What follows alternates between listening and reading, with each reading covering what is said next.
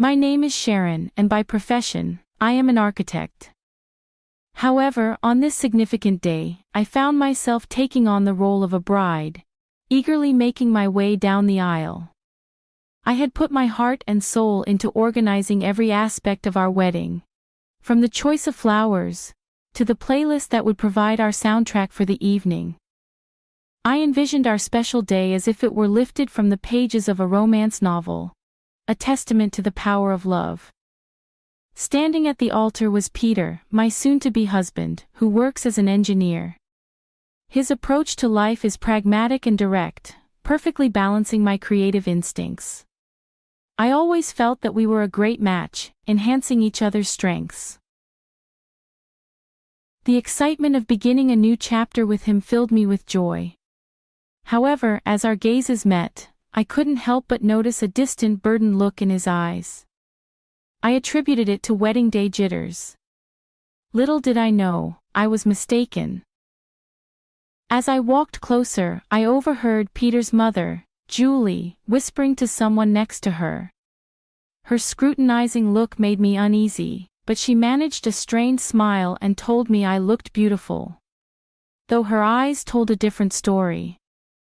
The ceremony moved forward, and when it was time for Peter to speak his vows, there was a heart-stopping pause before he managed to say, "I do." His voice lacked the warmth I had come to associate with his affection for me. During the ring exchange, Julie made it a point to take a photo, loudly stating the importance of capturing the moment. Her words, though seemingly innocent, felt more like a veiled warning than a celebration of our commitment. At the reception, Julie found me mingling with some college friends and commented on my wedding dress with a thinly veiled critique, praising its beauty yet highlighting its non-traditional nature. I responded with a light-hearted remark about celebrating love in our unique way. Before the conversation could go further, Peter stepped in, asking his mother to give us space for a moment. I thought he was defending our choices, but his comment hinted at resignation rather than support. His words felt out of place on a day that was meant to be filled with nothing but happiness. I scanned the crowd, hoping to lock eyes with someone who might confirm that what I was experiencing was just typical wedding day chaos. Yet deep inside, I knew better. There was a palpable tension, an undeniable sense that something fundamental was amiss, and the red flags were too prominent to overlook any longer. As Peter and I stepped onto the dance floor for our first dance, the distance between us was more than just physical. Our movements were in sync, but emotionally we were worlds apart. The song intended as a celebration of our union felt more like a cruel joke. When the music faded, Peter's attempt at reassurance only emphasized the void between us. "So, Mrs. Sharon, ready for forever?" he asked. The irony of his question weighed heavily on me. I wanted to voice my doubts, to question if all our tomorrows would be shadowed by the unease of today. Instead, I masked my concerns with a tentative affirmation, hoping against hope that the gloom would dissipate and that this rocky beginning was not a foretaste of what was to come. I was unaware that this day would merely serve as the overture to a challenging period that would test not only the resilience of our marriage but the essence of my identity. As we celebrated our union, the festive toasts felt hollow, overshadowed by a sense of loss. The journey back to my home, a charming 3-bedroom house that stood as a testament to my hard work and independence, marked the beginning of our shared life. This home was meant to be our haven, the foundation for our future together. Yet it soon became the backdrop for a series of confrontations that felt more like an invasion than the start of marital bliss. Julie, living a mere quarter of an hour away, took to visiting uninvited with unsettling frequency. Her criticisms were relentless, targeting everything from my culinary skills to the decor of our home. Peter's attempts to intervene were tepid at best, often seeming more performative than protective. Julie's intrusions became a regular ordeal, each visit an opportunity to assert her dominance through thinly veiled insults and critiques. However, the real turning point came one afternoon when she arrived with suitcases in tow. Her declaration of intent was clear, her sense of entitlement palpable. This was not just another visit. It was an occupation, one that threatened to suffocate the life out of our nascent marriage. "I'm going to be living here now," she announced, breezing past me to place her luggage in my favorite cozy corner by the window. My sanctuary for reading and quiet moments. "This spot will be just perfect for me," Julie proclaimed with a finality that made my heart drop. I turned to Peter, my eyes wide with disbelief, silently begging him to intervene, to preserve the sanctity of our home. This was a decision we should have made together. Seizing a moment, I called Peter aside, my voice shaking. "This is our home. Shouldn't we have talked about this first?" His gaze met mine, void of the warmth and love that had once seemed so abundant. "Mom's getting older, Sharon.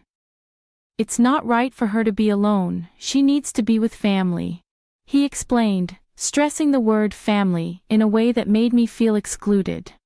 "So I'm not family, is that it?" The words barely left my lips before the tears began to well up, a mix of hurt and frustration. Peter quickly countered, his patience thinning. "You know that's not what I mean. But I owe her this. What about us? What about what we owe to each other? We're supposed to be building our life together, not living with your mom," I argued. But it was as if I was speaking to a wall. My concerns, my feelings seemed inconsequential. And just like that, Julie's move into our home was decided, steamrolling over my wishes. With Julie's arrival, the dynamic of our home shifted drastically. Every corner of the house, once filled with our shared dreams and plans, now felt weighed down by tension and conflict. My once peaceful reading nook was overtaken by her belongings. The kitchen became a stage for her critiques. And Peter, the man I had married, seemed more like an ally to Julie than to me. It dawned on me that I was no longer just fighting to save my marriage or reclaim my space. I was fighting for my very sense of self, my dignity, and my peace. A persistent thought haunted me. How had things come to this point where my desires, my space, and my voice were secondary to Julie's preferences? The transformation was stark. My beloved nook was now a monument to Julie's intrusion. The kitchen, a battleground for her relentless criticism. And my husband had become a stranger, aligning himself with what felt like the opposition. And this was only the beginning. Life, already challenging, became an unbearable nightmare as the atmosphere in our home grew increasingly oppressive, symbolizing the shrinking of my own space and voice. To add to the mounting pressure, a discovery brought everything into sharper focus. The unmistakable presence of 2 blue lines on a pregnancy test, signaling a new life amidst the turmoil. This revelation intensified the situation, making the already dense atmosphere in the house almost suffocating as I grappled with the realization that the stakes were now even higher. Clutching the pregnancy test, my hands shook with a mixture of anticipation and dread. I had always dreamt that discovering I was pregnant would be one of the happiest moments of my life, a time filled with excitement and celebration. However, standing alone in the bathroom, tears welling up in my eyes as I faced my reflection, I realized this milestone felt more like a heavy burden. When I shared the news with Peter, his reaction was disappointingly tepid. "Well, that's something," he muttered, quickly diverting the conversation to a renovation idea his mother had proposed. It became clear that Julie saw my pregnancy not just as news, but as her new project.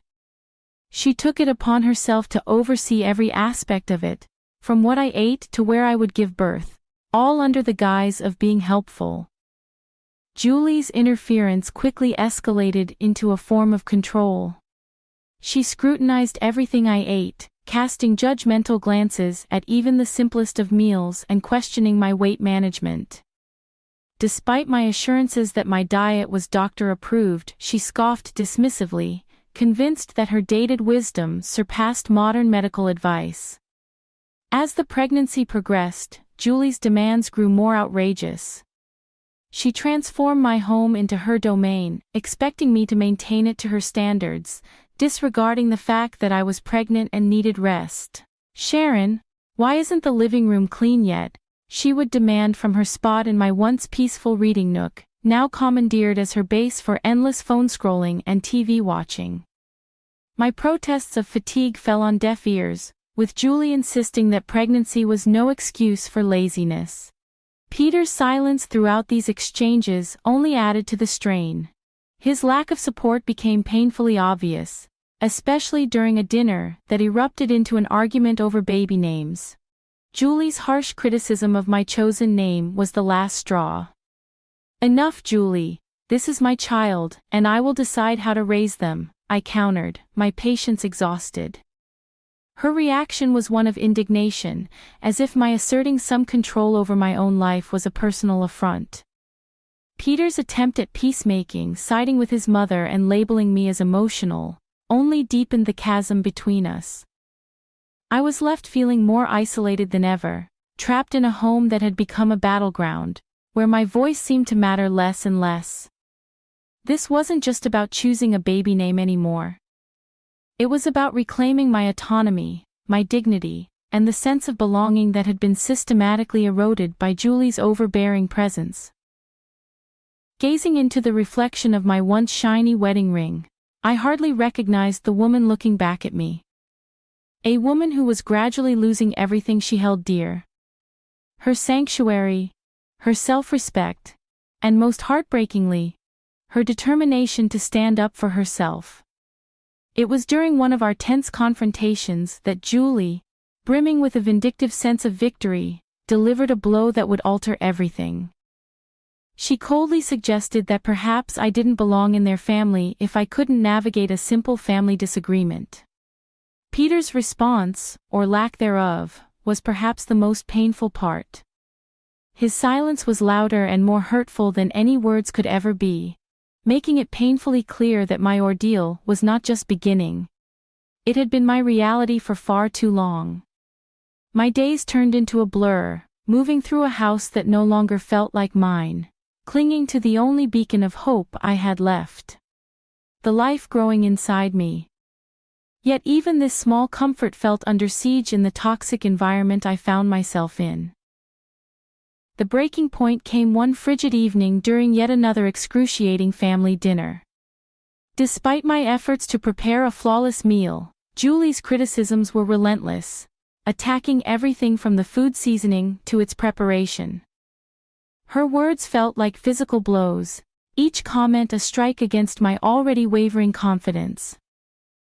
But it was her next jab that cut the deepest, questioning my capability as a mother, based on my supposed inadequacy in managing household chores. Peter's agreement with her was the final blow, pushing me over the edge. Fueled by a mix of anger, accumulated resentment, and sheer desperation, I found my voice. "Step it up. I've been carrying our child, taking care of our home, and enduring endless criticism from your mother, and you're telling me to step it up." The shock on their faces said it all, but I was past caring. For too long, I had allowed myself to be diminished and belittled. But in that moment, I reclaimed my voice. "I'm done, I can't do this anymore." The clarity of my decision pierced through the years of suppression. It was a declaration of my refusal to tolerate any more disrespect or emotional torment. I was ready to fight for myself, for my child, and for a future free from the shadows that had darkened my life. My voice broke as I spoke. I refused to raise my child in a place where their mother is constantly belittled. If this is what being a family means to you, then I want no part in it. With those final words, I left the dinner table behind, their stunned silence echoing in my wake. Grabbing only the essentials, I made my way to the door, my hands trembling as I reached for the knob, eager to escape the suffocating atmosphere. Julie, ever the antagonist, chose that moment for her most cutting remark yet. "And where do you think you're going? This is Peter's house, not yours." I stopped and faced her, my resolve hardening. "Actually, Julie, this house is mine. I bought it. I decide who stays and who goes." Peter's voice broke through, tinged with desperation. "Sharon, please, let's discuss this." But I was beyond negotiation. "There's nothing left to discuss," I replied, my tears a testament to the pain of my decision. Stepping out into the cold night felt like stepping into a new chapter of my life, one filled with uncertainty, but also a sense of liberation. The door closing behind me signified the end of a tumultuous saga, a final farewell to a life I could no longer bear. I walked away, each step a mixture of pain and determination, propelled by the need to reclaim my autonomy. The journey to my parents' home was a blur of cold, fatigue, and heartache. Just a short distance from my haven, a misstep caused me to stumble and fall, the physical pain a mere echo of my inner turmoil. Yet this fall did not deter me, it only strengthened my resolve. Reaching my parents' doorstep, the concern in their eyes mirrored the gravity of my situation. As they ushered me to the hospital, I realized that this moment of vulnerability marked not just an end but a beginning. Lying in the hospital bed, with the reality of my circumstances setting in, I understood that returning to my previous life was not an option. This breaking point was a crucial step towards reclaiming the life and dignity that had been eroded away. A painful yet essential transition towards healing and independence. The clarity that comes with such moments is profound, revealing the path forward away from the shadows of the past towards a future of my own making, caught in a whirlwind of emotions. I stood surrounded by the comforting yet worried presence of my parents. Their concern was palpable, a silent testament to their fears about the true state of my marriage, now unmistakably revealed in its troubled depth. Breaking the heavy silence, my mom voiced her concern, her words heavy with the weight of the unfolding reality. "Sharon love, what's your plan now?" Unsure but resolute, I replied. "I'm not sure, Mom. But one thing's clear, I can't return to that life. Not now, not ever." My declaration, more confident than I anticipated, seemed to echo my newfound determination. My father, who'd been pacing anxiously, paused to reassure me, emphasizing that their support was unwavering regardless of my choice. He reminded me to consider not just my own future, but that of the life growing inside me.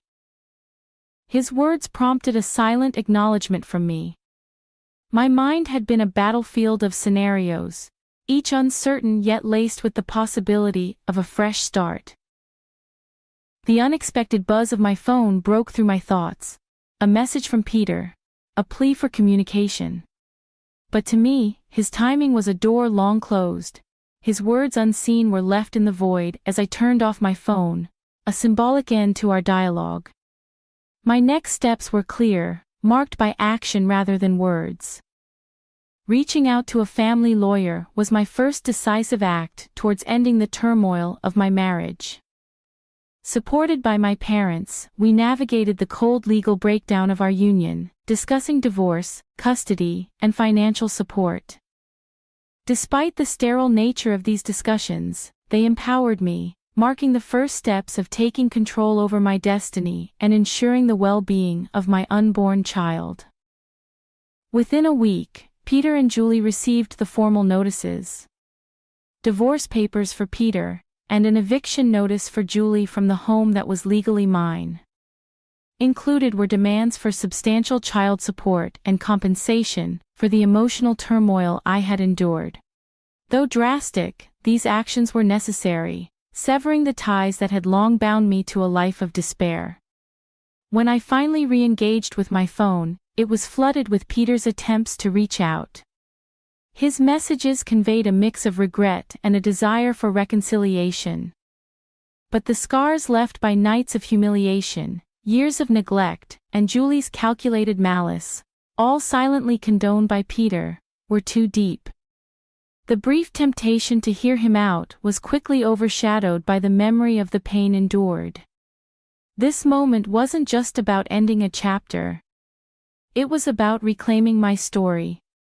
One where the shadows of the past no longer dictated the brightness of my future.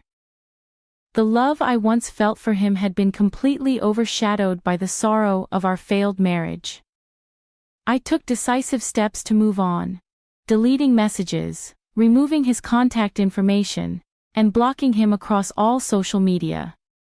To me, Peter had become just a part of my history, a distressing chapter I was more than ready to conclude. Despite knowing the road ahead would be fraught with its own obstacles, divorce is complicated, even more so with a child on the way. I was finally navigating my own life's direction, stepping out from the shadow that had enveloped me towards a future filled with hope. The day of the court proceedings, the room was filled with that distinct sterile chill characteristic of spaces where fates are decided. My lawyer sat beside me, her posture exuding assurance, while my parents offered silent, steady support from behind. Across the aisle, Peter appeared lost, the reality of the situation dawning on him, while Julie's expression was one of shock and defiance. As the session began, the judge walked in, prompting everyone to rise. The process that followed was a flurry of legal jargon, with accusations and evidence laid bare. It was as if Julie and Peter were seeing their actions for the first time, not just through the legal lens, but mine as well. When it came to Julie's turn to speak, her usual confidence was absent. She attempted to justify her actions as concern for her son's welfare, but her explanation fell flat, especially under the judge's skeptical gaze. Judge Nina R. Morrison's verdict was clear and firm. I was granted a full divorce and sole custody of our unborn child. Peter was ordered to provide child support, and Julie, faced with a hefty fine for her emotional abuse and harassment, was visibly shaken as the judge's gavel fell. A sense of liberation washed over me, though it was not without a tinge of sadness. My marriage had concluded not with dramatic confrontations, but through the quiet shuffling of papers and the firm voice of justice. This chapter of my life was closed, paving the way for a new beginning free from the chains of the past. Gaining my freedom came at a price I'd never envisioned on the day I pledged my vows. As we exited the courtroom, Peter approached with a bewildered look, expressing his sorrow and disbelief at how our lives had unraveled. Looking into his eyes, I no longer saw my future, but rather a profound emptiness where love once resided. I never imagined this would be our end, Peter, but apologies can't undo what's been done, I told him decisively, turning away to leave the past behind. Julie sought my gaze, possibly hoping for a sign of forgiveness or recognition, but I couldn't afford her that closure. She had taken too much from me, and I refused to let her see how deeply she had affected my light. Stepping outside, the world seemed to embrace me anew, with the sun shining brighter and colors more vivid. It felt like I was viewing life with a fresh perspective, one not dimmed by the shadows of turmoil. My mother's embrace and words of pride brought tears to my eyes. "You're truly free now, Sharon," she said, her emotion evident. "I couldn't have faced this without you and Dad," I responded, feeling immense gratitude for their unwavering support. That evening, in the solitude of my home, now solely mine, I felt a deep tranquility. Alone, yet far from lonely, for the first time in a long stretch, I was free to live by my own standards. The path ahead as a single mother seemed daunting, yet as I felt my unborn child's subtle movements, confidence washed over me. We would manage, I was sure of it. The ordeal I had endured led me to this moment of self-discovery. While it left scars, they marked a tale of resilience, not defeat. Facing the future, I was not just compelled by circumstance but driven by choice. This distinction filled me with a profound sense of empowerment, ready for what lay ahead, not out of necessity, but from a place of deliberate decision. I knew this was the start of a